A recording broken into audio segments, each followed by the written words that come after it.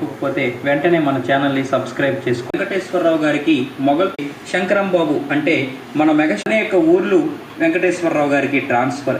హుషారుగా ఒక్కొక్కసారి పవన్ కళ్యాణ్ 8వ తరగతి చదువుతున్నాడు. తర్వాత ఇంటర్ నెల్లూరులోనే ఉన్న కంప్యూటర్ డిప్లొమా పూర్తి చేసిన ఉద్యోగం కాదు, పుస్తకాలు ఎక్కువగా చదువుతుండేవాడు. అప్పుడుగా ఎదిగారు. అప్పుడే అంటే 1990 పవన్ కళ్యాణ్ ఇంటర్ చదువుతున్నప్పుడే అక్క దుర్గా గారికి సాయి ధరమ్ తేజ్ జన్మించాడు.